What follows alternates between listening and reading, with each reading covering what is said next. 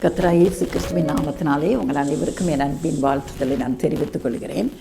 இன்றைக்கும் நாம் தியானிக்கும்படியாக எடுத்துக்கொண்ட வேத வசனம் எரேமியா தீர்க்கதரிசியின் புஸ்தகம் 17ஆம் அதிகாரம் 9ஆம் வசனத்தை நம்ம பார்க்க போகிறோம். அதிலே வேதம் சொல்கிறது, எல்லாவற்றை பார்க்கிலும் இருதயமே திருக்குள்ளதும் மகா கேடுள்ளதுமாக இருக்கிறது, அதை அறியத்தக்கவன் யார் என்று வேதம் சொல்கிறது. அப்படி இருதயத்தை குறித்து வேதம் சொல்கிறது, எல்லா கர்த்தர் படைத்த எல்லா உறுப்புகளை காட்டிலும் இந்த இருதயம் மகா கேடுள்ளது. இருதயம் திருக்குள்ள இருதயம் என்று சொல்லப்பட்டு டிசைட்ஃபுல் ஹார்ட் என்று சொல்லப்பட்டு இருக்கிறது. அது மட்டுமல்ல, அதை அறிந்து கொள்ளக்கூட முடியாது, அவ்வளோ ஒரு சீக்கிரட்டான ஒரு இருதயமாக இருக்கிறது என்று வேதம் சொல்கிறது. வேதத்தின் அடிப்படையில் அப்படிப்பட்ட 3 இருதயங்களை தான் நம்ம இன்றைக்கு பார்க்க போகிறோம். எடுத்து வைத்து கொள்ளலாம். எபிரேயர் 3ஆம் அதிகாரத்தை நம்ம எடுத்துக்கொள்ளலாம். 3ஆம் அதிகாரத்தில் முதலாவது நம்ம ஒரு 10ஆம் வசனத்தை வாசித்து போகும்போது, ஆதலால் நான் அந்த சந்ததியை ஆரோசித்து அவர்கள் எப்பொழுதும் வழுவி போகிற இருதயத்தை உடைய ஜனங்கள் என்றும் என்னுடைய வழிகளை அறியாதவர்கள் என்றும் சொல்லி, முதலாவது நம்ம பார்க்க போகிற இருதயம் வழுவி போகிற இருதயம், கர்த்தரை விட்டு வழி விலகி போகிற ஒரு இருதயத்தை நம்ம பார்க்க போகிறோம். ஏன்னா அந்த ஜனங்கள் ஏன் அந்த இருதயம் வழுவி போகிறதெல்லாம், அவர்கள் தேவனுடைய வழிகளை அறியாதவர்கள். இஸ்ரவேல் ஜனங்களை குறித்து வேதத்தில் பார்க்குறோம், அவங்க ஆண்டவர் தான் அவங்கள வழி நடத்தி வருகிறாரு, ஆனாலும் ஒவ்வொரு முறையும் அவரை விட்டு வழுவி போனாங்க. இல்லை, இஸ்ரவேலின் முதல் ராஜா சவுலை பாருங்கள், அவனை கர்த்தர் தான் தெரிந்து கொண்டு இஸ்ரவேலுக்கு ராஜாவாக, அதுவும் முதல் ராஜாவாக என்ன செஞ்சார், அபிஷேகம் பண்ணினார். ஆனால் அவனுடைய வாழ்க்கையில் பாருங்கள், அவன் கர்த்தருடைய வழி அவன் அறிந்து கொள்ளலை. ஆண்டவர் சொன்னார், அமலேக்கியரை நீ என்ன செஞ்சிடணும், முற்றிலுமாக என்ன செஞ்சணும், அழித்து போட்டு விடணும்னு சொல்கிறார். எதுக்கு அழித்து போடணும்னு சொன்னார்னா, இஸ்ரவேல் ஜனங்கள் எகிப்தை விட்டு வரும்போது அந்த அமலேக்கிய குடியிருந்த அந்த வழியாக வரும்போது அவங்ககிட்ட இடம் கேட்பாங்க அது வழியாக கடந்து போகிறதுக்கு. ஆனால் அமலேக்கியர் இஸ்ரேல் ஜனங்கள் எகிப்தை விட்டு கடந்து வரும்போது அமலேக்கியர் என்ன செய்வாங்கன்னா, இவங்ககிட்ட யுத்தம் கலக்க வருவாங்க. அவங்க சொல்லுவாங்க, நாங்கள் எங்கள் பாட்டுக்கு போகிறோம், நீங்கள் ஏன் யுத்தம் பண்ண வரீங்கன்னு சொன்னாலும் கேட்க மாட்டாங்க, அவர்களோட யுத்தம் பண்ணுவாங்க. அதனால தான் ஆண்டவர் சொல்லுறாரு, இந்த காரியத்தில் என் மனசுலேயே நான் வச்சுக்கிட்டே இருக்கிறேன், என் மனசில் வச்சிட்ருக்குது, கவலைப்படாதீங்க. சில பேர் நமக்கும் இந்த அமலேக்கு மாதிரி நம்மளோட எப்பவும் யுத்தம் பண்ணி கொண்டு இருக்கிறாங்களோ, நீங்கள் கர்த்தருடைய பிள்ளைகளாக இருக்குன்னு சொன்னால் அந்த காரியத்தை அவர் மனசில் அப்படியே வச்சிட்ருப்பார். நேரம் வரும்போது கர்த்தருக்கு பதில் கொடுப்பார். சவுல்கிட்ட தான் சொன்னார், அமலேக்கு இது செய்தான் இந்த காரியத்தை. நீங்கள் அதை 1 சாமுவேலில் நீங்கள் வாசித்து பார்க்கலாம், 16ஆம் அதிகாரத்துலலாம் வாசித்து பார்க்கலாம். அவன் எதிர்த்து நின்றான், இந்த காரியம் மனசுலேயே இருந்தது. அதனால் நீ என்ன செய்யணும், அவன்கிட்ட போய் சொல்லு. சாமுவேல்கிட்ட சொல்கிறாரு, இந்த அமலேக்கு என்ன செஞ்சிடணும், அழித்து போட்டுடணும்னு சொல்கிறாரு. ஆனால் பாருங்கள், இந்த சவுல் ஆண்டவருடைய வழியை அவன் அறியாதபடியினால என்ன செய்கிறான், முதல் தரமானதெல்லாம் ஆடு மாடெல்லாம் எடுத்து வச்சுட்டு என்ன சொல்கிறான் தெரியுமா, ஆண்டவர் சொன்னால் ஒன்றை கூட நீங்கள் தொடக்கூடாது, எல்லாவற்றையும் அழிக்கணும்னு. அதுவும் சாமுவேல் வந்து கேட்கும்போது என்ன சொல்கிறாரு தெரியுமா, இது ஆண்டவருக்கு பலிக்கு செலுத்துறதுக்காண்டி நான் வச்சுருந்தேன் அப்படின்னு சொல்கிறாரு. ஆண்டவருக்கு சரியான கோபம். அதனால தான் சவுலை ராஜாவாக இல்லாதபடி புறக்கணித்து தள்ளிவிட்டு தாவீதை என்ன செஞ்சார், ராஜாவாக அபிஷேகம் பண்ணினார். அப்போ ஏன் சவுல் அந்த தவறை செய்தான், அவனுக்கு ஆண்டவருடைய வழி தெரியலை. ஆண்டவர் சொன்னபடி நடக்கணும் என்று அவனுக்கு தெரியலை. அதான் அவர் சொல்வார், கீழ்ப்படிதலை குறித்து அவர் சொல்லும்போது, அது எப்படிப்பட்ட பாவம், விக்கிரக ஆராதனையை காட்டிலும் பில்லி சுனிய பாவங்களை காட்டிலும் ஆண்டவருக்கு கீழ்ப்படிது தான் முதல் காரியம் என்று சொன்னார். பெரிய பெரிய ராஜ்யபரத்தை அவன் இழந்து போவதற்கு காரணம் அவன் தேவனுடைய வழியை அறியாதவனாய் காணப்பட்டபடினால்தான். இன்றைக்கும் நம்முடைய வாழ்க்கையில் ஆண்டவருடைய வழியை அறியாதபடினால்தான் ஆண்டவரை விட்டு வழுவி போகிற விலகி அப்படியே கொஞ்சம் கொஞ்சமாக வழுவி போயிடுறது அப்படியே வெளியே. அப்படிப்பட்ட இருதயம் நமக்குள்ளே என்ன செய்யக்கூடாது, இருக்கக்கூடாது என்று வேதம் சொல்கிறது. இதான் முதல் இருதயம். ரெண்டாவது, அதிலே நம்ம பார்க்குறோம், 12ஆம் வசனத்தை வாசிக்கும்போது, சகோதரரே, ஜீவனுள்ள தேவனை விட்டு விலகுவதற்கு ஏதுவான அவிசுவாசமுள்ள பொல்லாத இருதயம் உங்களில் ஒருவனுக்குள்ளும் இராதபடிக்கு நீங்கள் எப்படி இருக்கணும்? எச்சரிக்கையாக இருக்கணும். தேவனை விட்டு இதுவும் என்ன செய்வான்? விலக செய்கிற பொல்லாத அவிசுவாசமுள்ள இருதயம். 2 கொடுக்கப்பட்டிருக்கு. பொல்லாத இருதயம். என்ன இருதயம்? பொல்லாத இருதயம். இந்த இருதயம் என்ன செய்யுமா? தேவனை விட்டு இதுவும் விலக செஞ்சிடும். அது வலிவி போக செய்யும். இந்த இருதயம் ஆண்டவரை விட்டே விலகி போக வேண்டும். ஏன் விலகிறாங்க? அவிசுவாசம் வர ஆரம்பித்து. அவிசுவாசம் வந்து விட்டாலே அது தேவனை விட்டு என்ன செஞ்சிடும்? விலக வைத்து விடும். தேவன் மேலே நம்பிக்கை இல்லாமல் போச்சுன்னா கொஞ்சம் கொஞ்சமாக விலகி என்ன செஞ்சிருவாங்க?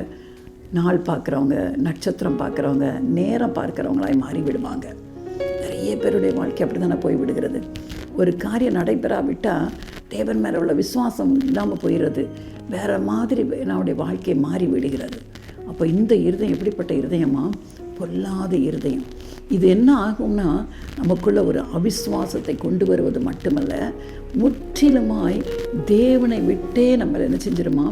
விலக செய்கிற ஒரு இருதயமாக இருக்கிறது. இப்படிப்பட்ட இருதயம் நமக்குள்ளே வந்துவிடவே கூடாது. ஒரு விஷயம், ஆண்டவருடைய சிஷ்யரோடு கூட படகுல சென்று கொண்டு இருக்கும்போது, ஆண்டவர் தான் அந்த படகுல இருக்கிறாரு. ஆண்டவர் அந்த படகுல இருக்கிறாரு.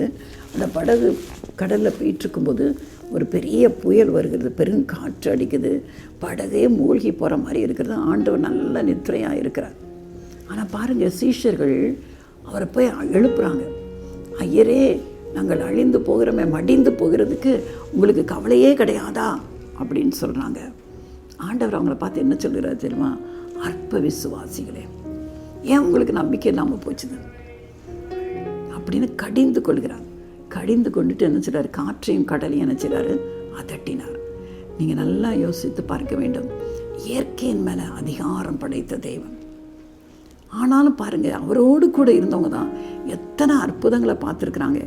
எத்தனையா அவங்களுடைய வாழ்க்கையில் ஆண்டவருடைய காரியங்களை அவர்கள் ருசி பார்த்த அவர்கள், அவங்களுக்குள்ளே என்ன ஒரு பெரிய அவிசுவாசம் வந்தது. ஆண்டவர் அவளை கடிந்து கொண்டார். அது மாதிரி தான் இன்றைக்கு நம்முடைய வாழ்க்கையில் ஆண்டவர் நம்முடைய வாழ்க்கையில், பிள்ளைகளுடைய வாழ்க்கையில், குடும்பத்தின் வாழ்க்கையில், வேலை ஸ்தலத்தில் எத்தனை அற்புதங்களை நமக்கு செய்திருக்கிறார்.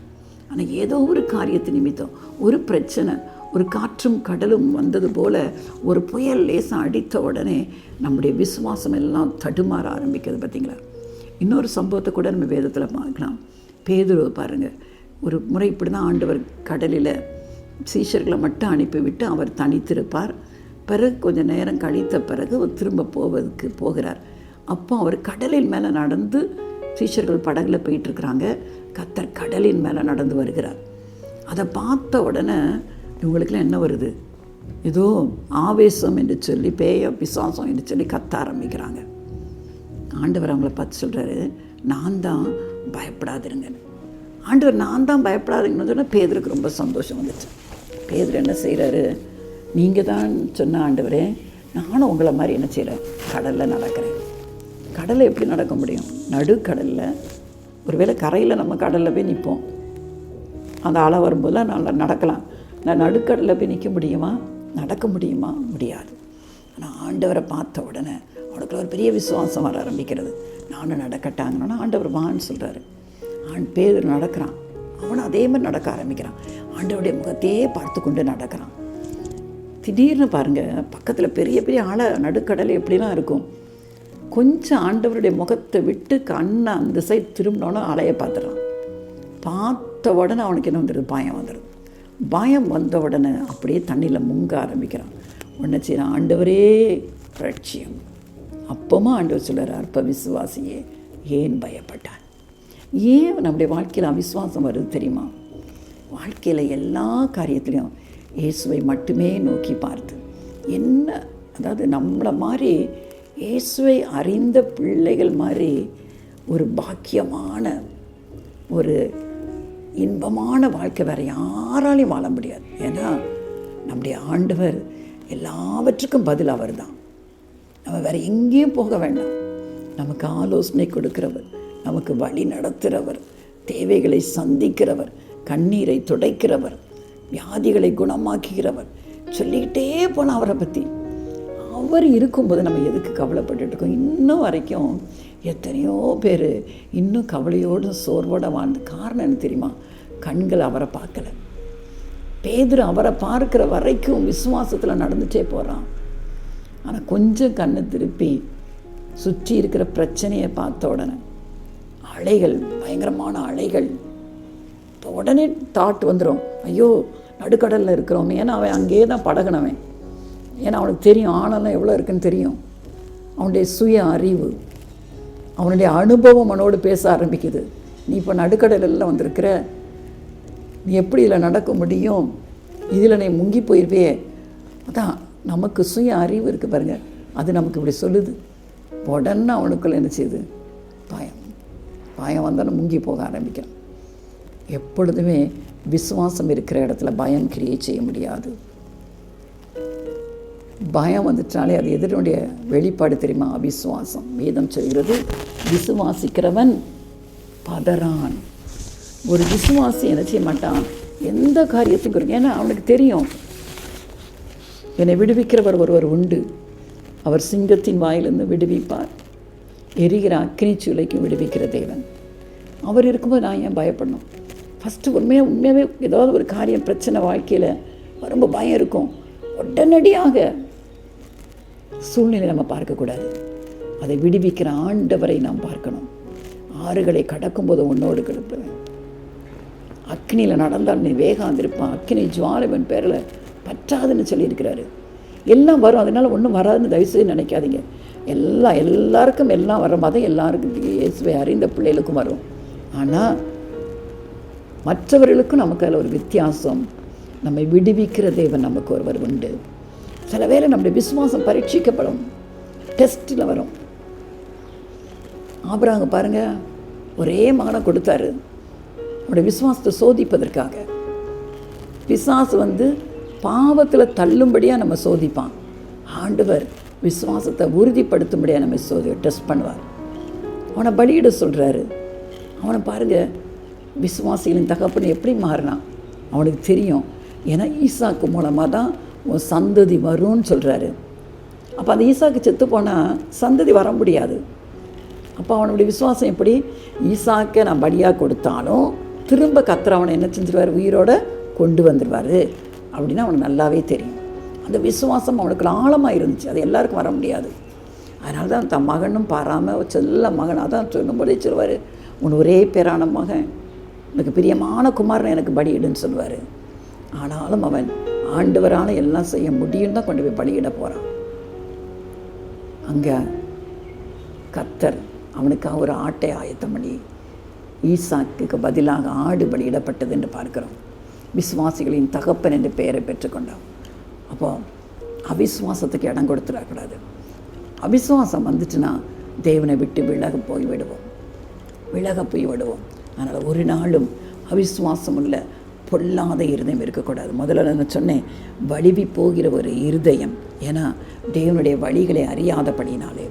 ரெண்டாவது, அவிசுவாசம் உள்ள பொல்லாத இருதயம், அது அவிசுவாசத்துக்கு நினைச்சிடும், நம்மளை கொண்டு போய்விடும். மூன்றாவது ஒரு இருதயத்தை நம்ம பார்க்குறோம். அதே அதிகாரம் 15ஆம் வசனத்தை வாசிக்கிறோம். உங்களில் ஒருவனாகிலும் பாவத்தின் வஞ்சனையினாலே கடினப்பட்டு போகாதபடிக்கு இன்று என்னப்படவளவும் என்ன செய்யணும்?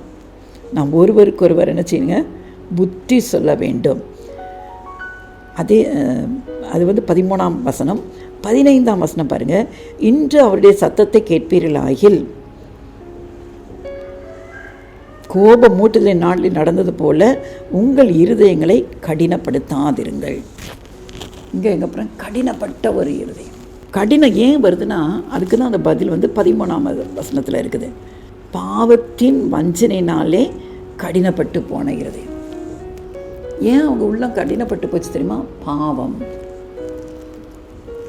எப்படி இருக்கும் தெரியுமா? முதல் செய்யும்போது பயமாக இருக்கும். அதை துணிஞ்சு செய்ய செய்ய செய்ய மனசு அப்படி கடினப்பட்டு போயிடும். இன்றைக்கி கொலை பண்ணுறாங்க பாருங்க, நமக்கு கோழி அறுக்கிறதையோ, இந்த எங்கள் வீட்டுக்கிட்ட ஒரு ஆடு இந்த காலையில் மட்டன் ஸ்டால் இந்த ஞாயிற்றுக்கிழமை தோறும் போடுவாங்க.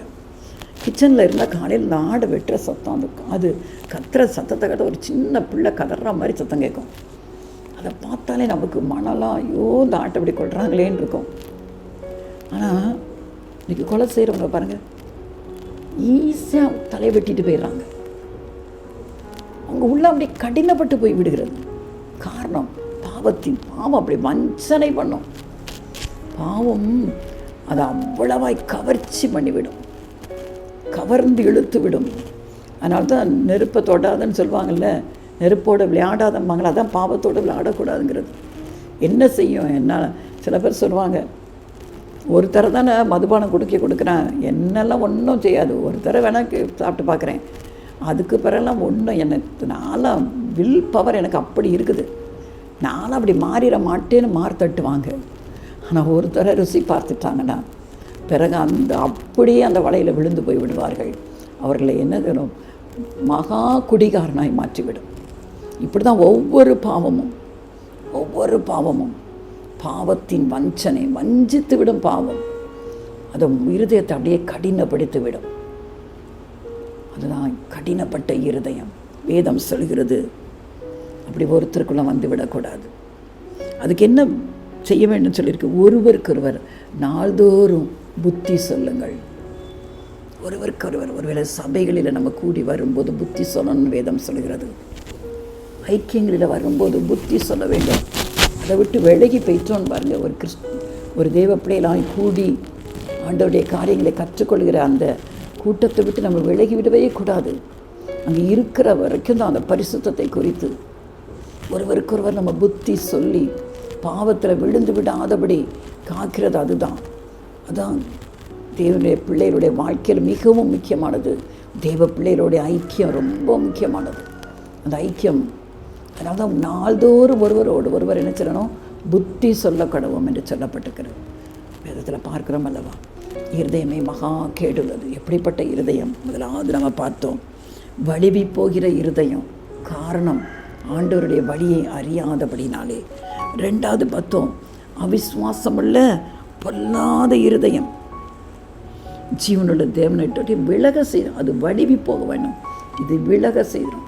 அவிசுவாசமுள்ள பொல்லாத ஒரு இருதயம். மூன்றாவது கடினப்பட்ட இருதயம். அது ஏன் கடினப்பட்டு போகுது? பாவத்தின் வஞ்சனையினாலே. பார்வோனை பாருங்கள், 10 வாதைகள், ஒவ்வொரு வார்த்தையிலையும் பாருங்கள் தண்ணி ரத்தமாக மாறும், திருப்பி அவன் கோலை நீட்டினோட எல்லாம் சரியாக மாறினோன்னு திருப்பி அவன் உள்ள என்ன செய்யும்? கடினப்படும். ஒவ்வொன்றையும் அவன் கடினப்பட்டு கடைசியாக அந்த தன்னுடைய தலைப்பிள்ளை அவன் இழக்கும்போது தான் என்ன செய்வதென்று புரியாமல் இஸ்ரவேலை அனுப்பிவிடுவான். பாவம் இப்படி தான், அப்படி செய்ய செய்ய செய்ய உள்ள என்ன செஞ்சிடும்? கடினமாகிவிடும் பாவத்தின் வஞ்சனை. அதனால் முதல் தரவிலே நம்ம என்ன செஞ்சிடணும்? யோசேப்பை பாருங்கள், தினமும் போத்திபாரின் மனைவி தன் ஆசைக்கு அடிபணியும்படியாய் எல்லா காரியங்களையும் அவள் செய்து கொண்டிருந்தாள். ஆனால் பாருங்கள், அவன் என்ன சொல்கிறான்? அவன் யோசேப்பு வாழ்ந்த காலத்தில் நியாயப்பிரமாணமே கொடுக்கப்படவில்லை, பிச்சை பாவம் என்று அவனுக்கு தெரியாது. ஆனாலும் அவன் என்ன சொல்வான்? நான் தேவனுக்கு பயந்து இந்த பொல்லாப்பை நான் எப்படி செய்ய முடியும்? நான் தேவனுக்கு பயப்படுகிறவன், இந்த பொல்லாப்புக்கு நான் உடன்படவே மாட்டேன் என்று சொல்லி அந்த இடத்த விட்டே ஓடி போகிறான் அல்லவா? அதனால் ஃபஸ்ட்டு டைம் இது சும்மா ருசி பார்த்தா ஒன்றும் இல்லைன்னு அந்த மாதிரி உண்மையான தேவ வாலிப பிள்ளைகளை சேட் பண்ணுறேன், யாருனே முகம் தெரியாது. இன்றைக்கி இன்டர்நெட் வந்ததுலேருந்து யாருனே தெரியாதவங்களாம் சேட் பண்ணி வாழ்க்கையை சீரழித்த எத்தனை பெண் பிள்ளைகள். நீங்கள் இன்றைக்கு அப்படி செய்து கொண்டு இருக்கிறீர்களா? தயவு செய்து கர்த்தர் உங்களோடு தான் பேசி கொண்டிருக்கிறார். இதை விட்டு வெளியே வந்து விடுவீர்கள், வேண்டாம். எத்தனை பேருடைய வாழ்க்கை இன்றைக்கி சீரழிந்து போய் கிடக்கிறது. அதனால் எந்த பாவமாக இன்றைக்கி அத்தனை பாவமும் மொபைல் ஃபோனில் தான் இருக்குது. அது சரியான விதத்தில் கர்த்தருடைய பிள்ளைகள் யூஸ் பண்ணணும். வாலிப பிள்ளைகள் இந்த நாளில் தவறான காரியத்துக்கு உங்கள் மொபைல் ஃபோனை யூஸ் பண்ணாதீங்க. ஒருத்தர் தானே அருவருப்பான படம் ப்ரோனோகிராஃபி தப்பி தவறி ஒருத்தரை பார்த்துட்டிங்கன்னா திரும்பவும் பார்க்கணும் எத்தனை பேர் அடிமைப்பட்டு போய்விட்டார்கள். அதில் மீண்டு வருவது மிகவும் கடினம். இன்றைக்கி கொரோனா பீரியட்னால எல்லா ஸ்கூல் படிக்கிற பிள்ளைகளுக்கும் அந்த ஃபோன் வந்ததுனால எத்தனை படிக்கிற பிள்ளைகள் புரோனோகிராஃபிக்கு இன்றைக்கி அடிமைப்பட்டு போயிட்டாங்க தெரியுமா? பிசாசம் வஞ்சித்து கொண்டு இருக்கிறான் இன்றைக்கி வாலிப சமுதாயத்தை. தயவு செய்து இந்த பாவத்திலிருந்து விடுபட முடியாமல் தவித்து கொண்டிருப்பீர்கள் என்று சொன்னால் இன்றைக்கு கர்த்தர் உங்களுக்கு ஒரு விடுதலையை கொடுப்பார். தயவு செய்து பாவத்தின் வஞ்சனையினால் உங்களுடைய இருதயம் கடினப்பட்டு போய் விடாதபடி கர்த்தர் உங்களை காத்துக்கொள்வாராக. கடைசியாக ஒரு காரியத்தை நம்ம பார்க்கலாம். எசேக்கியேலில் பார்க்கிறோம் 36ஆம் அதிகாரம் 26ஆம் வசனத்தில் கர்த்தர் சொல்கிறார், அவங்களுக்கு நான் நவமான இருதயத்தை கொடுப்பேன். அவங்க உள்ளத்தில் இருக்கிற கடின உள்ளத்தை எடுத்து போட்டு நான் என்ன செய்வேன், ஒரு சதையான இருதயத்தை நான் கொடுப்பேன். என் ஆவியை அவங்களுக்கு கொடுப்பேன். கடின உள்ளத்தை கர்த்தர் எடுத்து போடும்படியாக இன்றைக்கு வந்திருக்கிறார். நம்முடைய உள்ளம் ஏதோ உள்ளத்தில் கடினப்பட்டு போய் இருக்கிறதோ, நம்முடைய இருதயம் பொல்லாத இருதயமாய், வலிவி போகிற இருதயமாய், அவிசுவாசமுள்ள பொல்லாத இருதயம், கடினப்பட்ட இருதயமாய் நம்ம வாழ்ந்து கொண்டு இருக்கிறோமா? கர்த்தர் இன்றைக்கு உங்களை பார்த்து சொல்கிறார், நான் உங்களுடைய அந்த இருதயத்தை தான் மாற்ற விரும்புகிறேன். அந்த இருதயத்தில் ஒரு சதையான இருதயத்தை வைக்கிறேன் உங்களுக்கு கொடுக்கும்படியாய். நீங்கள் அதனால தான் இன்றைக்கு அந்த தேவ செய்தியை கேட்டுக்கொண்டு இருக்கிறீங்க. வேதத்தில் சொல்லப்பட்டிருக்கிறது, இருதயம் திருக்குள்ளது கேடுள்ளது. சீஷர்கள் கேட்ப சொல்லுவாங்க, உங்கள் சீஷர்கள்லாம் ஆண்டவர்கிட்ட சொல்லுவாங்க, மற்றவங்க கை கழுவாமல் சாப்பிட்றாங்களே அப்படின்ட்டு ஒரு குற்றத்தை சொல்லுவாங்க. ஆண்டவர் சொல்வார், கை கழுவாமல் சாப்பிட்றதுனால ஒன்றுமே கிடையாது. வாயிலேருந்து போகிறதெல்லாம் ஆசன வழியாக வெளியே போயிடும். ஆனால் இருதயத்திலிருந்து புறப்படுகிறதான் மனுஷனை தீட்டுப்படுத்தி விடும். பொல்லாத சிந்தனைகள், இச்சைகள், வேசித்தனம், உபச்சாரங்கள், எத்தனை பாவங்கள் அதிலிருந்து இருதயத்தில் வருது. இருதயம் இப்படிப்பட்ட காரியத்தினால் நிறைந்திருக்கிறோம் என்று சொன்னால் வேதம் சொல்கிறது, நம்முடைய வாயினாலே நம்ம கண்டுபிடிச்சிடலாம். ஒருத்தவன்ட்ட பேசிகிட்டு இருக்கும்போதே அவங்க பேசுகிற பேச்சிலிருந்து இவங்க எப்படிப்பட்டவர்கள் என்று நம்ம தேவ பிள்ளைகளை உணர்ந்து கொள்ளலாம். ஏன்னா இருதயத்தின் நிறைவினாலே வாய் பேசும். இருதயம் தேவ வசனத்தினால் நிறைந்திருக்கும் என்று சொன்னால் நம்ம பேசும்போதே அந்த தேவ வசனத்தின் அந்த காரியங்கள் வெளிப்பட ஆரம்பிக்கும். நம்மகிட்ட பேசி கொண்டிருப்பதையே மற்றவங்க விரும்புவாங்க. இவங்ககிட்ட பேசிகிட்டு இருந்தேன், நான் போகும்போது அவ்வளோ வேதனையோடு பேசணும். அவங்கள்ட்ட கொஞ்சம் நேரம் பேசிகிட்டு இருந்தேன், என்னமோ தெரியல, ஒரு பெரிய சமாதானம். போகும்போது வேதனையோடு போனேன், அவங்கள்ட்ட பேசிட்டு வந்த பிறகு என் மனசில் அவ்வளவு சந்தோஷம் இருக்குமாங்க. ஏன் தெரியுமா? நம்முடைய இருதயம் வேத வசனத்தினால் நிரப்பப்பட்டு இருக்கும் என்று சொன்னால் நம்ம பேசுகிற வார்த்தைகள் ஒவ்வொன்றும் மற்றவர்களுக்கு ஆறுதலை கொடுக்கிறதா இருக்கும். ஆனால் நம்முடைய இருதயத்தில் இப்படிப்பட்ட சிந்தனையினால நம்ம நிரப்பப்பட்டு இருப்போம் என்று சொன்னால் நம்முடைய வாயிலிருந்து புறப்படுகிற ஒவ்வொரு வார்த்தையும் அநேகரை காயப்படுத்திவிடும், அநேகரை தவறான வழிக்குள்ள அது நடத்தி சென்று விடும். அதனால் எல்லா காவலோடும், நீதிமொழிகளில் பார்க்கிறோம், எல்லா காவலோடும் உன் இருதயத்தை நீ காத்துக்கொள், அதிலிருந்து ஜீவ ஊற்று புறப்படும். அப்போ நம்முடைய இருதயத்திலிருந்து ஜீவ ஊற்று புறப்பட வேண்டும் என்று சொன்னால் நம்முடைய இருதயத்தை நம்ம காத்து கொள்ள வேண்டும். கர்த்தருடைய வசனத்தினாலே அது காக்கப்பட வேண்டும். அப்படிப்பட்ட கிருபைகளை கர்த்தர் தரும்படியாக நம்ம தலை தாழ்த்தி செபிக்கலாம். அன்பின் தகப்பனே, ஆசீர்வாதமான இந்த நேரத்திற்காக நன்றி செலுத்துகிறோம் அப்பா. இருதயம் ஆண்டவரே, இன்றைக்கு அநேக வாலிப பிள்ளைகளுடைய இருதயம் அப்பா பாவத்தினாலே கடினப்பட்டு போயிருக்கிறத பார்க்கிறோம். அநேகர் ஆண்டவரே இந்த நாட்களிலே மொபைல் ஃபோனுக்கு அடிமைப்பட்டவர்களாய், ஒரு நாள் விளையாடினா என்னென்று ஃப்ரீ ஃபயர் என்கிற விளையாட்டு, ஒரு நாள் இந்த படத்தை பார்த்தா என்னென்னு சொல்லி புரோனோகிராஃபிக் ஆண்டவரே, ஒரு நாள் சேட் பண்ணால் என்ன என்று சொல்லி ஆண்டவரே இச்சைகளுக்கு தங்களுடைய உடம்பை விற்று போட்டு விடுகிறார்களப்பா. எவ்வளவு கொடூரமாய் ஆண்டவரே இன்றைக்கு ஆண்டவரே இருக்கிற சமுதாயம் ஆண்டவரே, கையில் இருக்கிற ஒரு சின்ன ஆண்டவரே மொபைல் ஃபோனினாலே இன்றைக்கு சீர்கட்டு போய்கொண்டு இருக்கிறது. அதிலிருந்து அருமையான ஜனங்கள் இன்றைக்கு விடுவிக்கப்படணும். அன்பு வாலிப பிள்ளைகள் விடுவிக்கப்படணும். ஒருவேளை இதை கேட்டுக்கொண்டிருக்கிற யாராவது இப்படிப்பட்ட பாவத்தில் அடிமைப்பட்டு போய் இதை நம்ம வாழ்ந்தா என் வீட்டில் கேவலமாய் விடுமே என்று சொல்லி தற்கொலை எண்ணங்கள் அவர்களை சூழ்ந்து கொண்டிருக்கும் என்று சொன்னார். இசப்பா, நீங்கள் அந்த பிள்ளைகளுக்கு இரக்கம் பாராட்டி இன்றைக்கு அந்த பாவத்திலிருந்து அவர்களுக்கு விடுதலையை கொடுங்கப்பா. கடினமான உள்ளங்கள் மாறட்டும், சதையான உள்ளத்தை தாங்கப்பா. அவர்களுக்குள்ள உம்முடைய ஆவியை வைத்து ஆண்டவரே அப்பா உம்முடைய வார்த்தைகளுக்கு கீழ்ப்படுகிற எண்ணங்களை கொடுக்கும்படியா ஜெபிக்கிறோம். யாராயிருந்தாலும் அப்பா இதுவரைக்குமே அறியாவிட்டாலும் இன்றைக்கு இயேசுவே எனக்கு உதவி செய்யும் என்று சொல்லி யார் உம்மை நோக்கி கதறுகிறார்களோ, இந்த பாவ பழக்கம் தேவனை விட்டு என்னை விலக செய்து விட்டதே என்று சொல்லி ஆண்டவரே, இந்த அவிசுவாசம் தேவனை விட்டு என்னை விலக செய்து விட்டது என்று சொல்லி புலம்பிக் கொண்டிருக்கிறவர்கள் யாராக இருந்தாலும் இன்றைக்கு அவர்களுக்கு ஒரு விடுதலையை கொடுங்கப்பா. இன்றைக்கு இப்பொழுதே ஒரு விடுதலை உண்டாகட்டும் இயேசுவின் நாமத்தினாலே, இயேசுவின் நாமத்தினாலே அப்பா. ஒரு புதிய மனுஷனாய் ஒரு புதிய மனுஷியாய் இன்றைக்கு மாறுவார்களாக. அவருடைய உள்ளம் புதிதாக்கப்படட்டும் ஏசப்பா. நீங்கள் வாசம் பண்ணுகிற ஒரு இருதயமாய் ஒவ்வொரு இருதயமும் மாறட்டும், ஒவ்வொரு இருதயமும் மாறட்டும். எல்லா காவலோடும் அவருடைய இருதயங்கள் காக்கப்படட்டும், வேத வசனத்தினாலே காக்கப்படட்டும் ஆண்டவரே. அவருடைய வாழ்க்கையில் இருதயத்திலிருந்து பொல்லாத நினைவுகள் விலகட்டும் ஆண்டவரே. சிந்தனையில் வருகிற எல்லா பொல்லாத நினைவுகள் விலகிய பரிசுத்தமாய் வாழ கத்தர் உதவிச்சிங்க. நானே உன்னை பரிசுத்தமாக்கிற கத்தர் என்று சொன்னீங்களேப்பா, பரிசுத்தமாக்குங்கப்பா. ஒவ்வொருவரையும் பரிசுத்தமாக்குங்க. ஒரு தெய்வீக சமாதானம் இதை கேட்டுக்கொண்டிருக்கிற ஒவ்வொருவரையும் நிரப்பட்டும் அப்பா. இன்னும் எந்தெந்த காரியத்திற்காக இதற்காக ஜெபிக்க மாட்டார்களா என்று சொல்லி ஏங்கி கொண்டிருக்கிறார்களோ அந்த காரியங்களில் அற்புதம் செய்யுங்க.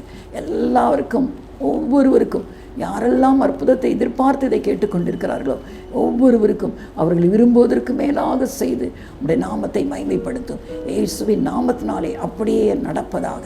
நீங்கள் அப்படியே செய்து உடைய நாமத்தை மகிமைப்படுத்த போகிற கிருபைக்காக நன்றி. அப்ரோஜனம் உள்ளவாங்கப்பா. உடைய நாமம் மட்டும் மகிமைப்படட்டும் இயேசுவின் நாமத்தில் பிதாவே.